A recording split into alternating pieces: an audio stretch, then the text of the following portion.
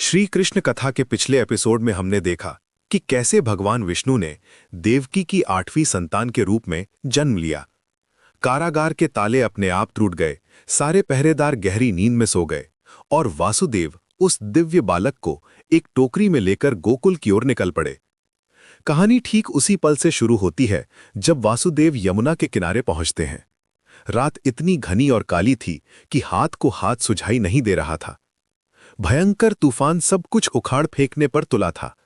आसमान में बिजली ऐसे कड़क रही थी मानो बादल एक दूसरे से टकरा रहे हों और मूसलाधार बारिश हो रही थी। वासुदेव जब तट पर पहुंचे तो सामने उफनती हुई यमुना को देखकर उनके होश उड़ गए। उसकी लहरें विकराल थीं, जैसे सब कुछ निगल जाने को तैयार बैठी हों। वासुदेव एक पल को ठिठक गए। उनका दिल जोर जोर से धड़कने लगा। मन में डर था, एक तरफ कंस का खौफ कि अगर वो पकड़े गए तो क्या होगा, और दूसरी तरफ ये विकराल नदी जिसे पार करना असंभव लग रहा था। पर फिर उनकी नजर टोकरी में सो रहे उस नन्हे बालक पर पड़ी। उसके चेहरे पर एक अद्भुत शांति थी, एक दिव्य तेज था। वासुदेव समझ गए कि उनके हाथों में स्वयं नारायण का अवतार है, जिसे हर हाल में सुरक्षित गोकुल पहुंचाना ही था। ये सिर्फ एक पिता का कर्तव्य नहीं, बल्कि पूरी मानवता को बचाने का मिशन था। हिम्मत जुटाकर भगवान का नाम लेकर वासुदेव ने अपना पहला कदम नदी के ठंडे तेज बहाव वाले पानी में रखा, और रखते ही एक अद्भुत चमत्कार हुआ। जो लहरें आसमान छूने को बेताब थीं, वो धीरे धीरे शांत होने लगी और यमुना के बीचों बीच एक साफ रास्ता बनता चला गया। पानी दोनों तरफ ऐसे हट गया जैसे वो स्वयं भगवान के लिए जगह बना रहा हो। वासुदेव हैरान थे, पर उनके पास सोचने का ज्यादा वक्त नहीं था। वो तेजी से उस रास्ते पर आगे बढ़े। कहते हैं यमुना मैया अपने आराध्य, अपने कान्हा के चरण स्पर्श करने के लिए आतुर थीं। जैसे जैसे वासुदेव आगे बढ़ते, पानी का स्तर धीरे धीरे बढ़ता गया और टोकरी में सो रहे नन्हे कृष्ण के पैरों को छूकर ही यमुना का जल शांत हुआ। उस दिव्य स्पर्श को पाकर यमुना धन्य हो गई और वासुदेव के लिए रास्ता बना रहा। एक मुश्किल पार हुई तो दूसरी सामने आ गई। बारिश अचानक और भी तेज हो गई। पानी की मोटी मोटी बूंदें गिरने लगीं। वासुदेव को चिंता हुई कि ये बूंदें उस कोमल बालक को परेशान करेंगी। तभी एक और चमत्कार हुआ। पानी की गहराइयों से स्वयं शेषनाग प्रकट हुए। उन्होंने अपने 1000 फन फैलाकर टोकरी के ऊपर एक ऐसी छतरी बना दी कि कान्हा पर बारिश की एक बूंद भी न गिरे। अब वासुदेव पूरी तरह निडर होकर आगे बढ़ रहे थे। उन्हें यकीन हो गया था कि ये कोई साधारण बालक नहीं है। स्वयं प्रकृति जिसकी रक्षा कर रही हो, उसका कोई क्या बिगाड़ सकता है। शेषनाग रक्षा कर रहे थे और यमुना रास्ता दे रही थी।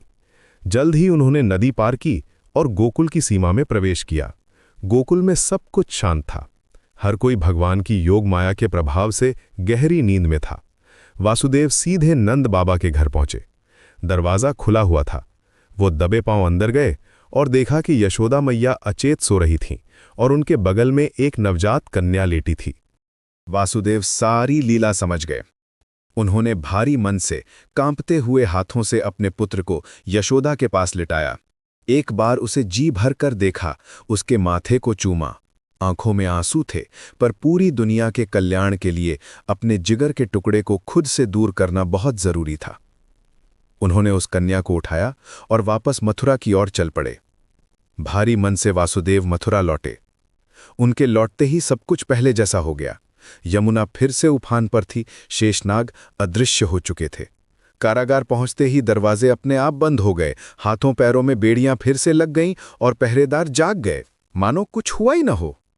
वासुदेव ने उस कन्या को देवकी के पास लिटाया और लिटाते ही उस बच्ची ने जोर जोर से रोना शुरू कर दिया। बच्ची के रोने की आवाज सुनकर पहरेदार चौंक गए। उन्होंने फौरन कंस को खबर दी कि देवकी की 8वीं संतान पैदा हो चुकी है। ये सुनते ही कंस अपनी मौत की खबर सुनकर दौड़ा आया। उसके हाथ में तलवार थी और आंखों में वहशत। उसने देवकी के हाथों से उस बच्ची को छीन लिया। देवकी और वासुदेव गिड़गिड़ाते रहे, भैया ये तो कन्या है, भविष्यवाणी तो पुत्र की थी, इसे छोड़ दो, इस पर दया करो। पर पत्थर दिल कंस पर उनकी बातों का कोई असर नहीं हुआ। वो बोला, पुत्र हो या पुत्री, आकाशवाणी झूठ नहीं हो सकती। ये मेरी मौत है। ये कहकर उसने बच्ची को पत्थर पर पटकने के लिए हवा में उछाला, पर वो उसके हाथों से छूटकर सीधे आकाश में चली गई। वहां उस कन्या ने अपना असली रूप दिखाया। वो थी स्वयं देवी योगमाया। उन्होंने जोर से हंसते हुए कहा, मूर्ख कंस, मुझे मारकर क्या मिलेगा? तुझे मारने वाला तो जन्म लेकर सुरक्षित गोकुल पहुंच चुका है। अब तेरा अंत निश्चित है। इतना कहकर देवी अंतर्धान हो गई। कंस हक्का बक्का खड़ा का खड़ा रह गया। उसे अपनी आंखों और कानों पर विश्वास नहीं हो रहा था। तो क्या आकाशवाणी सच थी? उसका काल जन्म ले चुका है और सुरक्षित भी है। अब उसका क्या होगा? गोकुल में वो कौन है? किसके घर में है? इन सवालों ने उसकी रातों की नींद उड़ा दी। ये सब जानने के लिए आपको हमारा अगला एपिसोड सुनना होगा, तो हमें फॉलो करना ना भूलें